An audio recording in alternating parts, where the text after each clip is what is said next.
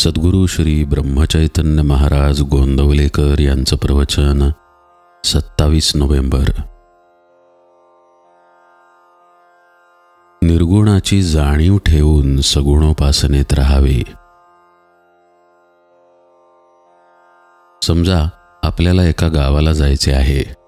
त्या गावाला जाणारी आगगाडी धरून आपण तिची संगती करतो. आपले गाव आले की आपण गाडी सोडतो.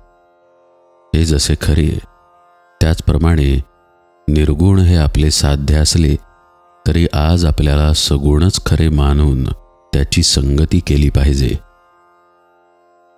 निर्गुणाशिवाय सगुण खरे नाही ही गोष्ट खरी, पण सगुण खरे धरून चालल्याशिवाय निर्गुणापर्यंत पोहोचता येणार नाही हेही तितकेच खरे.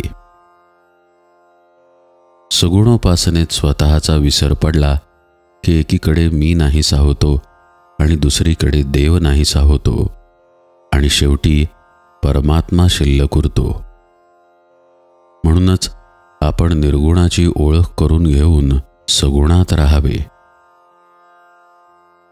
स्वतःचा विसर जर रामाच्या पूजनात पडू लागला तर निर्गुण आणखी दुसरे कोणते राहिले. परंतु ताप आलेल्या माणसाला ज्याप्रमाणे सर्व कडूच लागते, त्याप्रमाणे आमची वृत्ती विषयाकार झालेली आहे. तिला सगुण निर्गुण दोन्ही कुठे गोड लागतात. सगुणाशिवाय निर्गुण उपासना करतो म्हणतो, त्याला त्याचे मर्मच नाही कळले. वस्तुतः तो सगुण उपासनाच करीत असतो, पण त्याचे त्यालाच नाही कळत. स्थलात आणि कालात जे देवाला आणतात त्यांनी त्याला सगुणात नाही आणले या म्हणण्यात काय अर्थ आहे. परमार्थाविषयी आपल्या विचित्र कल्पना असतात. अगदी अडाणीपणा पत्करला, पण हे विपरीत ज्ञान नको. सूर्य हा आपल्या आधी होता, आज आहे आणि पुढेही राहणार आहे. तो नेहमीचाच असल्यामुळे त्याचे अस्तित्व आपल्या ध्यानात येत नाही. त्याच्याकडे आपण दुर्लक्ष करतो. भगवंताच्या बाबतीत आपले तसेच घडते.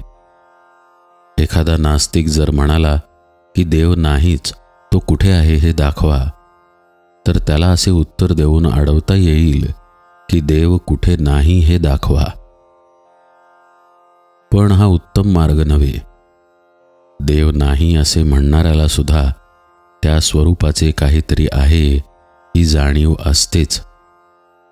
फक्त तो त्याला निरनिराळी नावे देतो. निसर्ग, शक्ती, सत्ता अशी नावे देऊन तो त्यांचे अस्तित्व मान्य करतो, पण देव नाही असे तो म्हणतो. जे आहे असे त्याला वाटते तोच देव समजावा. मनुष्याला जितके ज्ञान असते तितके लिहिता येत नाही. जितके लिहिलेले असते तितके वाचणाऱ्याला समजत नाही. त्याला जितके समजलेले असते तितके सांगता येत नाही आणि ऐकणाऱ्याला तो जितके सांगतो तितके कळत नाही. म्हणून मूळ वस्तूचे वर्णन स्वतः अनुभव घेऊनच समजावे. परमात्मा करता आहे असे समजून आपण आजचे कर्तव्य करीत राहावे. निर्गुण हे दिसत नाही, कळत नाही, म्हणून ते अवतार रूपाने अथवा संत रूपाने सगुण रूप घेऊन येते.